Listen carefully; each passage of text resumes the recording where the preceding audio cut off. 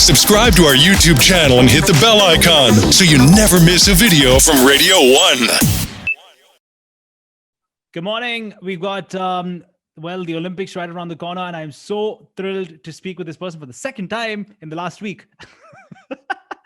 He is, of course, a person who has brought home many laurels to the country. He's got, about 18 gold medals nationally, 4 international medals, for gold, 13 silver nationally, 4 international silvers, 4 national golds, and 3 international bronzes, respectively.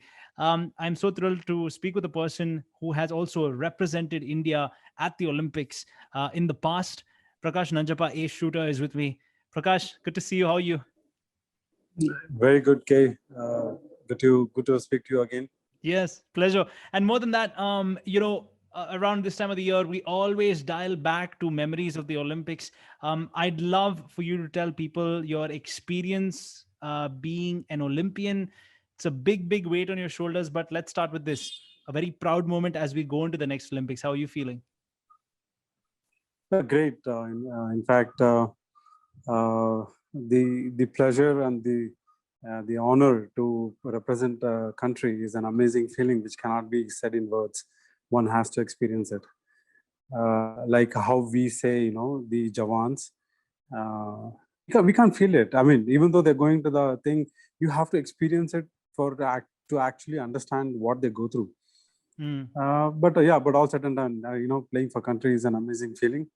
And I still remember, I want to recollect the first time when I received the Indian jersey. Please go for it. What was that like? When I initially started my shooting, my seniors were, they were thrilled the way I used to shoot, and they were like, "Hey, come on, you know what? You shoot like a pro. This India T-shirt which I have is a gift for you."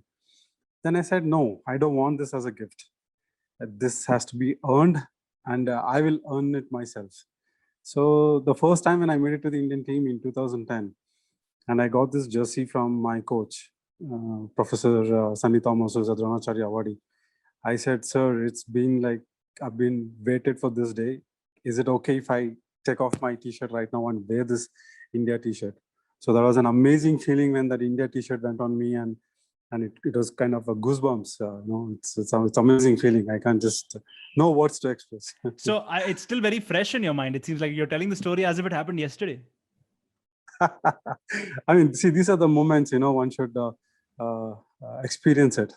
So this is something unforgettable instances in my life. Super. 2010 Olympics, big time for India. A lot of eyeballs on India from across the world, in fact. And, 11 years later, with the contingent that's going into the Olympics, and let's be honest, the circumstances are very different from, when you kind of went in 2010. These are extraordinary circumstances. So what would be your kind of message to the contingent going in to the Olympics this year? What would you like to tell them? If they're listening to this right now, what would you say to them? See, it's just 4 years. 2016, I played in Rio. So sorry, I was dialing it back to 2010 when you got I made it to the Indian team that time. Yeah. So 2016 to now, of course, I mean, there's a lot of changes, a lot of approach change. That's very important.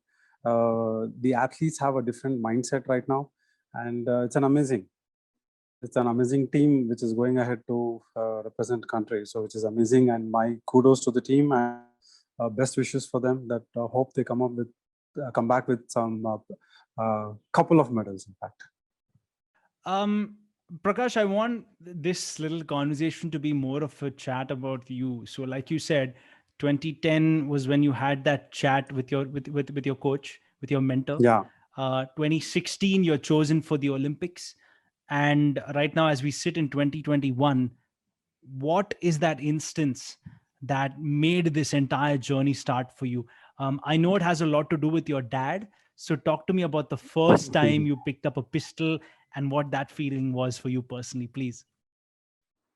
It all started with a challenge. My dad was practicing at home and he was getting ready for the state meet. I was very busy with rallies, motorbike rallies, and badminton. So that Sunday, I happened to be at home, and I heard this sound, the pellets hitting the uh, target. So when I went up and I said, "What is this, Dad? What is this all about?" Then he explained to me, like, "See, this is a sport called shooting, which I was not even aware of." And he explained to me, "This is how it is done." And I shot better than him. Then I said, like, "Okay, look, I shot better than you." Then he's like, "Oh, shooting here doesn't make any difference." So in 2 days or 3 days, there's a state meet. If you think that you really can do it, show your mettle there. I said, "Okay, challenge accepted." So I By the way, this won was with my no first gold. training. You just went into it. Yes, there's absolutely no training, and in fact, I was just given instructions like, "This is what you need to do." So just followed it, even in the state meet, and then I won my first gold medal. So that was the turning point, you know. So I felt like, okay, maybe this could be my golden career. So that's how it's all started. And like you said, you're also obsessed with bikes. There's a bike picture sitting right behind you. So in a time where you have the choice between bikes and air pistols, a lot of kids out there, let's be honest, will choose the bike, right? Let's be honest. But with you, there has also been a certain level of you had great mentorship to take you through this entire thing. Who are some of the pillars of your career that you'd consider, some people who really stood by you through thick and thin, your entire shooting career? No, that way if you see, yes, obviously, family, uh, they play a major role in my shooting career as well. Yeah, but apart from the family, I would say like Jaspal Rana is a good friend of mine, and yeah, it's pretty good. I would like to quote this very important and a very great gesture of of a great legend like Jaspal. 2002 National Games Hyderabad. So that was my first major competition, and I happened to be in between Golden Finger of India, Samresh Jung, and Jaspal Rana. And for me, it was like my first major competition, and I was shivering because I'm between the two international players, and I'm standing in the finals, and which decides gold, silver, and bronze. And just for information, those competitions had a cash award, cash prize of 3 lakhs, 2 lakhs, and 1 lakh. I think Chandrababu Naidu, Honorable Minister, CM, Chief Minister of Andhra Pradesh. Yeah. So yeah, so which opponent would support another opponent? I mean, Jaspal was standing behind me. He was on the third position. If he had let me do what I was doing, probably he would have got silver and I would have got bronze. But that was the greatness of this legend, that he taps my back and says, "Hey, calm down. You have a task. Focus on the task." So that one sentence like gave me so much of boost. Um, you know, then I won the silver. That was the one of the first medal in shooting for Karnataka. So that was amazing. I mean, this is how the legends are made. You know? Nowadays, it's not so. It's like your loss is my benefit. Yeah, exactly. So it's amazing how your opponent, right, who had a shot at beating you, Yeah. told you, "Hey, chill out." And almost, Right. I think I said this the last time we spoke. You do the best that you can. I'll do the best I can, and then only we can pick the best man in this entire sequence of events that happens here on. There was also a beautiful incident that you recalled with me in the past, and I'd love for you to recall this with all of our listeners, of how your air pistol broke and someone helped you. Take us Yeah. through that story. That's a beautiful story. One of my most favorite stories of yours. Please go for it. It so happened that we were getting that was a selection selection trials for Indian team. So it so happened that Samresh Jung, he was also on a like he's still an opponent. We are fighting each other for that one place in the team. And I went to him and I said, Samresh bhai, I think I have this problem. He says, okay, bring it on. Let me check what I can do. So the third man, he over there, who's standing over there, he says, "Abey, Samresh, क्या कर रहा है? तो इसको help करेगा तो you're going to lose your position." Then he says, "अरे कुछ नहीं होगा." Then he made me get my pistol. He checked, he fixed it, and literally it so happened that I got selected and he was left out. And the greatness of Samresh is he didn't even utter a word. He's like, "Huh, you did good, so you are in. If I had done good, I would have been in." So that's the thing. Jo jeeta wahi Sikandar. And he just wished me all the best. I love these stories. Imagine. Yeah, please go on. Yeah. There's one more story, something very interesting. Asian Championship, Tehran. Me and Jitu Rai, who was world number 1 as well. So at that point of time, I was world number 4, and Jitu was around world number 7 or 8. So that competition, when we were walking for the finals, Samresh crosses by, and he just whispers, "Kuch bhi ho jaye, don't let this Chinese to win." And he walks by. And when the final started, on the 6th position, Jitu was out. I see myself fifth position, and I have one. I think it was probably it was Korean, and then all the 3 Chinese. So till that point of time, whatever Samresh said, it didn't struck to me, and I was in tremendous pressure. The moment his words came to my mind, all I could recall is, let me fight. So from 5th, I came to 4th. From 4th, I came to 3rd. I came to 2nd. And if there was one more shot, I would have caught the first fellow. So it was like so inspiring for me. At the right time, Samresh said those comments and he went. So that's, this way, we Indian team, we're doing very good on that. If you look at it, 2016, when you head up for, the Olympics to participate, are there any other fond memories that come to your mind that you'd like to share with everyone? Because I'm sure they must be flooding through your mind, especially as we get closer to the Tokyo Olympics 2021. Yeah, because 2016, when I won the Olympic quota, it was a hardship because everybody in the fraternity know that in the shooting fraternity know if you win a Olympic quota in the World Cups, so that means like it's pretty good. So me winning the quota in the World Cup was an amazing. And before that, I had to go through a lot of hardship. My grip broke, then there's some issues with the pistol. So then I had to wait for 2 more World Cups to get this quota. So that was a very, very memorable day in my life. And Prakash, what I really want to talk about is the academy that you set up, the beautiful academy here in Nama Bengaluru, based out of Bengaluru. You firmly believe in the youth of this country. More specifically, more than the country, I know you feel very strongly about the youth in Karnataka. You want to see more Olympians, more world-class Olympians on that stage fighting it out, especially from Karnataka, which makes me also very proud as a hardcore Bangalorean. So talk to me about how you feel the future of this country really lies in the youth.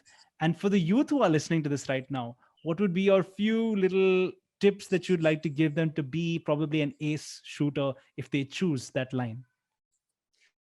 First of all, the shooting sport itself, I don't see any other sport where your 13-year-old, 14-year-old can allow you to represent a country in a, even the Olympic, we have youth Olympic as well.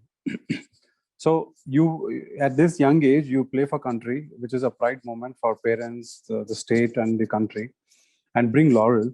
And just to give you an example, Manu Bakar representing Haryana, now she's got like 2.5 crores in her account, a job, a plot given by the government. And why? Because she represented India and she won medals in Commonwealth and Asian Championship. So it's tremendous support from government as well. And now these kids, they have Youth Olympic, World School Championship, World University Championship. When I was training in Pune, I trained 13-year-old kid Isha Singh just for like 2-3 months. She became a national champion, and now she's one of the core probables for Olympic 2021. Yeah, for this contingent. So Yeah. yes, so when when the youth, when these kids can do so good, that's where I wanted to open an academy and groom these kids for the upcoming Olympics, because we have tremendous talent. It is just that we need to nourish this talent in the appropriate way, and obviously with the support of parents, because parents themselves don't know. Because see, I was 24 when I actually started shooting. Yeah. Till then, I didn't even know that there is a sport called shooting. And the best part of shooting is that there is no age bar. You being 16-year-old, you can still play in the men's category. It's all about it's about talent. In a lot of ways, you become the father of a lot of young kids at your academy as well. Is that weird? Is that a weird transition for you? Because for so long you've been the student and now you're the teacher. Is that a weird transition for you? Are you not adapting to that? Or you're like, this something No, feels actually, weird no. here? I mean, definitely feels weird, but here it's like we don't even address in those terms. I'm the coach and they're the student. It doesn't matter what is the age. What do they call you, by the way? What do the students call you? They call you sir? Yeah, they call me sir. Yeah, they call me sir. Sometimes they call coach. So right. I was wondering if they just go ahead and say Prakash, because you're almost one of them, So no, I don't mind though. yeah, of course. Lockdown has been weird for everyone, but especially for your academy. You just kind of started up and then kind of lockdown hit and things like that. For the long run, of course, we see a lot of at least hope in the contingent that's going up now, and also in the future of sports persons coming out of this country.